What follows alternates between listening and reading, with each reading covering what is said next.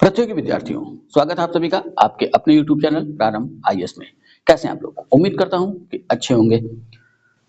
आज की video class की बात करें तो आज की वीडियो क्लास भी संदर्भित है प्राचीन भारत के इतिहास को।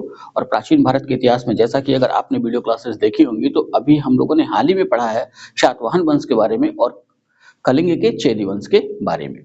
ठीक है, शातवाहन वंश का पतन भी हो चुका है, कलिंग का चेदी वंश हम लोगों ने पढ़ ही लिया। अब शातवाहन वंश के पतन के बाद की स्थिति क्या बनी, सातवाहन वंश के बाद की स्थिति कैसी बनी दक्षिण भारत के संदर्भ में, ठीक है, यानी दक्कन के ऊपरी हिस्से में। तो वो स्थिति इसलिए यहाँ जान लेना जरूरी है कि आगे चल के एक बार फिर से ये राजवंश आएंगे, अन्य राजवंशों के साथ इन्हें हमें जोड़ना पड़ेगा। लेकिन यहाँ हम सातवाहन वंश जब समाप्त करते हैं तो यहाँ हमें जानना जरूरी होता है कि सातवाहन वंश का शासनकाल जब समाप्त हुआ तो उस समय उस क्षेत्र की स्थिति क्या थी, कौन कौन से राजवंश वहां पे थे। तो उसी के संदर्भ में आज की वीडियो क्लास है। और इसी ध्यान रखिएगा कि जिन जिन पॉइंट्स पे मैं ध्यान ले जाऊंगा आपका उन्हें ध्यान में रखिएगा, वहां से बार बार प्रश्न पूछे गए हैं। ठीक है, कुछ ऐसे राजवंश हैं जैसे वाकाटक, तो वाकाटक के बारे में और विस्तृत में हम पढ़ेंगे वो गुप्त वंश के साथ। ठीक है, तो चलिए शुरू करते हैं आज की वीडियो क्लास। लेकिन वीडियो क्लास शुरू करने से पहले जिन लोगों ने अभी पिछली वीडियो क्लासेस नहीं देखी हैं सातवाहन वंश और चेदी वंश वाली और साथ ही साथ शुंग वंश वाली, वो जाकर के उन क्लासेस को देख लें। अब आगे की रणनीति ये है कि जो करंट की क्लास चलेगी वो जनवरी 2025 से चलेगी अपनी, और सोमवार या मंगलवार को उस संदर्भ में पहली वीडियो क्लास मैं आपको दूंगा। और इतिहास की क्लास को इसके बाद थोड़ा सा ब्रेक दूंगा। थोड़ा सा ब्रेक दूंगा का मतलब कि थोड़े समय के लिए रोकूंगा, 5-6 दिन के लिए, और संविधान की क्लास को आगे बढ़ाया जाएगा। ठीक है, तब तक आप लोग इतनी नोट्स कम से कम बना लीजिएगा। ठीक, यानी कि अगले हफ्ते हम पढ़ेंगे संविधान, फिर उसके अगले हफ्ते हम पढ़ेंगे प्राचीन भारत। इसी प्रक्रिया के अनुसार चलते हैं जिससे कि आपको नोट्स बनाने में भी आसानी हो और आपके नोट्स भी कंप्लीट हो जाए। तो चलिए आज की वीडियो क्लास इसकी शुरुआत करते हैं।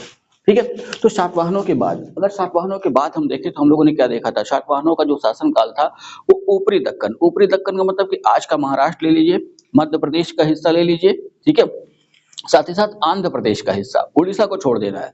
ठीक, उन हिस्सों में सातवाहनों का शासन काल था। ठीक, अब सातवाहनों के बाद, सातवाहन वंश के पतन के बाद क्या स्थिति बनती है उस क्षेत्र में, तो हम देखते हैं कि सातवाहनों के राज्य के दक्षिण पश्चिम में आभीर वंश की स्थापना हुई। ठीक है, वैसा ही आंध्र प्रदेश का जो हिस्सा था वहां पे एक और नवीन वंश हमको देखने को मिलता है सातवाहनों के बाद, वो था इक्ष्वाकु वंश। और वैसे ही कुंतल में, कुंतल का मतलब महाराष्ट्र, ठीक है, तो महाराष्ट्र के क्षेत्र में हम देखते हैं, महाराष्ट्र के क्षेत्र को हम कई भागों में बांटेंगे, ठीक, तो वो बाद में हम देखेंगे कहाँ कहाँ, लेकिन ध्यान रखिएगा कुंतल प्रदेश महाराष्ट्र में स्थित। तो महाराष्ट्र में स्थापना हुई चाटुषात कर्ण वंश की। वैसे ही विदर्भ का जो क्षेत्र है जो गुजरात से लगा हुआ महाराष्ट्र का हिस्सा, वहां पे जो राजवंश प्रतिष्ठित हुआ, यानी कि जो राजवंश सत्ता में आया वो था वाकाटक। तो ये चीज चारों ध्यान में रखिएगा कि सातवाहनों के बाद ऊपरी दक्कन की स्थिति क्या बनी। दक्कन का मतलब दक्षिण भारत, जो दक्षिण भारत का ऊपरी हिस्सा यानी विंध्य पर्वत से लगा हुआ, दक्षिण पश्चिम में आभीर वंश, आंध्र प्रदेश में इक्ष्वाकु वंश, कुंतल में चाटुषात कर्ण वंश और विदर्भ में वाकाटक वंश।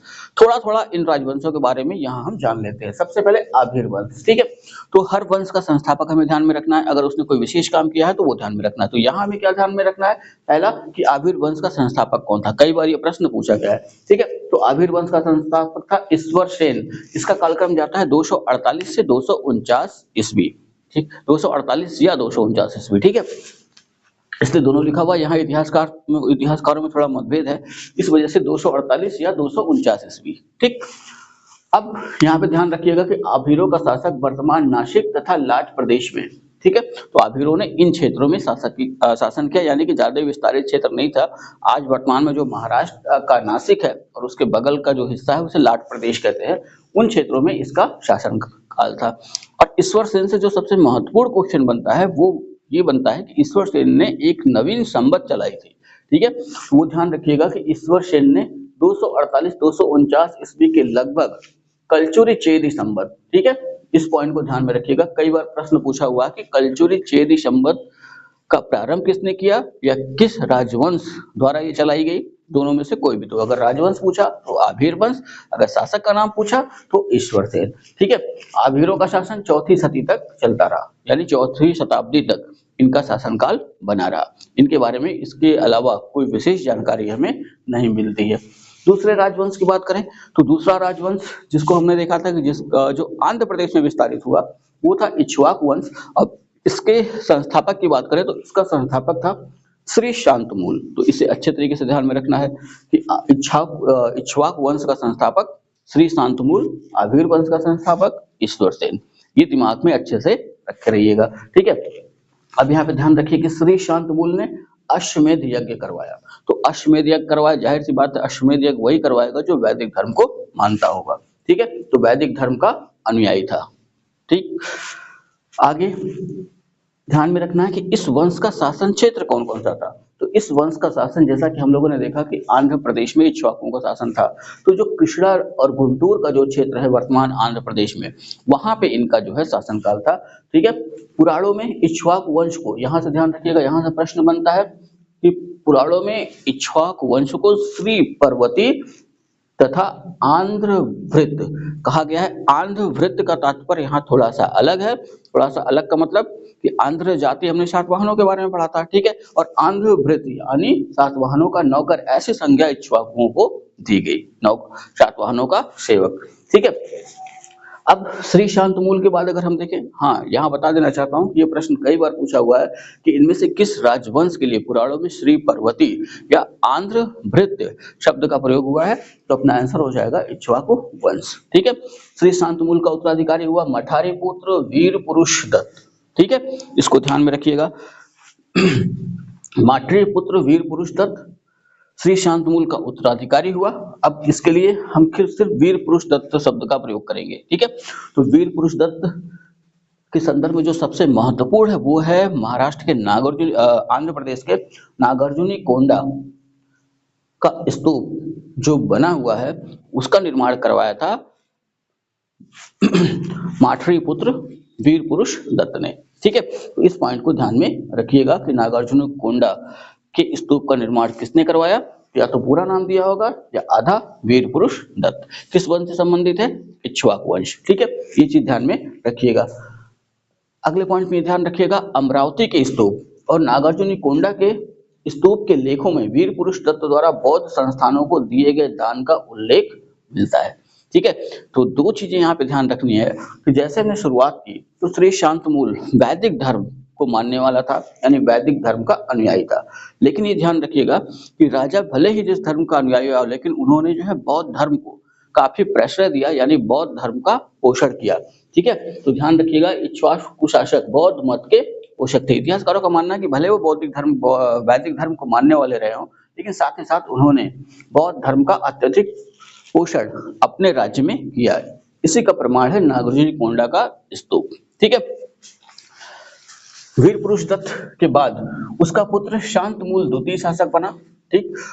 शांतमूल द्वितीय के बाद, ठीक है, हम क्या देखते हैं कि इक्ष्वाकुओं का राज्य कांची के पल्लवों के अधिकार में चला गया, ठीक है। जब कांची का पल्लव राजवंश पढ़ेंगे तो एक बार फिर हमें पढ़ना होगा इक्ष्वाकु वंश के बारे में, और वहां हम पढ़ेंगे इसको पूरे डिटेल में, ठीक। अगला राजवंश जो है वो है वाकाटक वंश। 255 ईस्वी इसकी स्थापना मानी जाती है।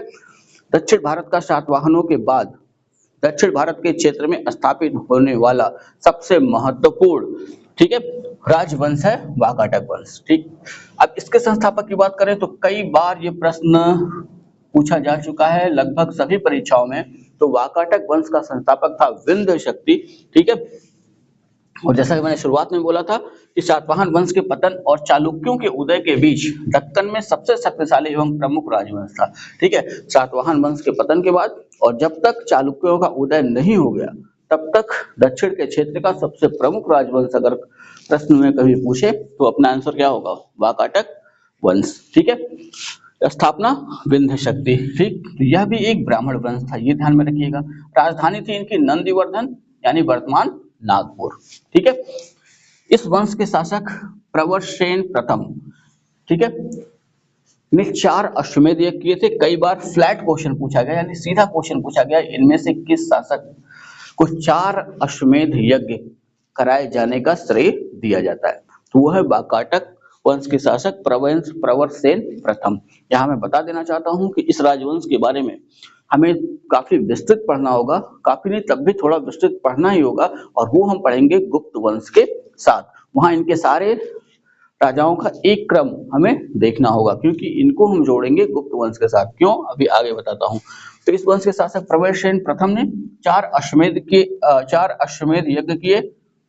काफी महत्वपूर्ण प्रश्न है, बार बार परीक्षाओं में पूछा जाता है, इसलिए गलत मत करिएगा, क्योंकि प्रवरसेन नाम से 2 शासक हुए, प्रवरसेन प्रथम और प्रवरसेन द्वितीय, इसलिए ये प्रश्न महत्वपूर्ण है, इसलिए कंफ्यूज करता है। ठीक है, इसी वंश का शासक प्रवरसेन द्वितीय आगे चल के प्रवरसेन द्वितीय शासक हुआ और उसने एक ग्रंथ लिखा, जिस ग्रंथ का नाम था सेतुबंध। ठीक है, तो प्रवरसेन द्वितीय ने सेतुबंध नामक प्राकृत भाषा में एक ग्रंथ की रचना की। ठीक है, प्रवरसेन प्रथम 4 अश्वमेध यज्ञ किए जाने या कराए जाने का श्रेय उसे दिया जाता है, और प्रवरसेन द्वितीय को सेतुबंध नामक पुस्तक, ठीक है, कि लिखने का श्रेय उसे दिया जाता है। और किस भाषा में उसने पुस्तक लिखी थी? प्राकृत भाषा में। ठीक है, आगे ध्यान रखिएगा कि पुराण जो है विंध्य शक्ति को, यानी वाकाटक वंश के संस्थापक विंध्य शक्ति की तुलना इंद्र और विष्णु से करते हैं। इस पॉइंट पे भी विशेष ध्यान रखना है आपको। ठीक है, इसी वंश के शासक रुद्रसेन द्वितीय का विवाह चंद्रगुप्त द्वितीय की पुत्री प्रभावती गुप्त से हुआ था। इस पॉइंट पे भी ध्यान में रखिएगा। ठीक है, कि वाकाटक वंश के शासक रुद्रसेन द्वितीय का विवाह गुप्त वंश के महत्वपूर्ण शासक चंद्रगुप्त द्वितीय की पुत्री प्रभावती से हुआ था। ठीक है, आगे ध्यान में रखिए कि वाकाटकों के क्षेत्र की बात की जाए तो वाकाटक राजवंश का क्षेत्र और इसके राजवंश के क्षेत्र को हम जोड़ेंगे प्रवरसेन प्रथम के साथ, क्योंकि प्रवरसेन प्रथम इस वंश का सबसे प्रतापी शासक था, पहला शासक है वाकाटक वंश का जिसने सम्राट की उपाधि धारण की। ठीक है, तो वाकाटक राजवंश का क्षेत्र वर्तमान बुंदेलखंड से लेकर हैदराबाद तक था। ठीक, इसको ध्यान में रखिएगा। आगे ध्यान में रखिएगा कि वाकाटक वंश का एक शासक और है जिसका नाम है पृथ्वीसेन द्वितीय। उसका सामंत है व्याघ्रदेव। उसने नचना कुठार के मंदिर का निर्माण कराया था। ये भी प्रश्न कई बार परीक्षाओं में पूछा हुआ है, इस पे भी ध्यान बना करके रखना है। अब यहाँ पे ध्यान रखिएगा कि प्रवरसेन के बाद वाकाटक वंश की 2 शाखाएं हो जाती हैं, एक का नाम है वसीम शाखा और एक मुख्य शाखा। तो वसीम शाखा का सबसे आखिरी शासक हरिसेन, जिसे हम मानते हैं कि वाकाटक वंश का भी सबसे आखिरी ज्ञात शासक होगा। तो ध्यान रखिएगा, हरिसेन वाकाटक वंश का ज्ञात अंतिम शासक। ठीक है, तो यहाँ से अभी तक जितना पढ़ाया बहुत ध्यान से इसको देखिएगा, और प्रीवियस ईयर क्वेश्चन अगर आप लगा रहे होंगे तो वहां आपको ये सारी चीजें देखने को मिल जाएंगी कि छक वंश का संस्थापक कलचुर वंश का प्रारंभ किसने किया था। ठीक है, वैसे ही आभिर वंश का संस्थापक कौन था, वैसे ही वाकाटक वंश का संस्थापक कौन था, कौन सा ऐसा राजा था जिसने 4 अश्वमेध यज्ञ किए। ठीक है, नचना कुठार का मंदिर किस शासक के समय बनवाया गया, तो अगर शासक पूछेगा तो पृथ्वीसेन द्वितीय। किसने निर्माण करवाया, तो व्याघ्रदेव। ठीक है, तो ये चीजें यहाँ से आपको ध्यान में रखनी है। ऐसे कई क्वेश्चन आपको इन्हीं यानी इस छोटी सी क्लास से कई ऐसे महत्वपूर्ण क्वेश्चन आपको मिलेंगे। ठीक, तो जैसा कि शुरुआत में बता चुका हूँ, वाकाटक वंश के बारे में और गहराई में हम थोड़ा सा पढ़ेंगे तब जब हम पढ़ेंगे गुप्त वंश। ठीक है, अगला जो वंश स्थापित हुआ कुंतल प्रदेश में यानी महाराष्ट्र में, वो था चातु सातकर्णी वंश।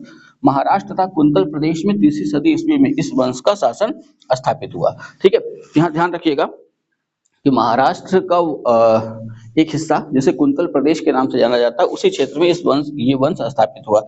इसके बारे में कोई विशेष जानकारी नहीं मिलती है।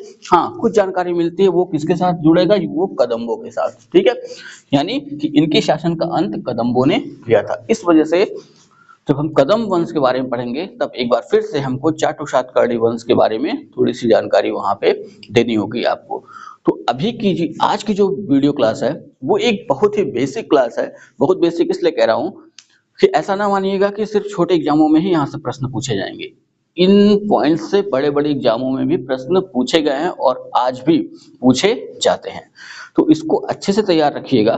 ठीक है, सातवाहन वंश के बाद ये थोड़ा सा बता दिया जाता है कि आपके दिमाग में ये खाका रहे, और आगे जब अपनी क्लास आगे बढ़ेगी और आगे जब हम पढ़ेंगे तो हम पढ़ेंगे भारत पर विदेशी आक्रमण।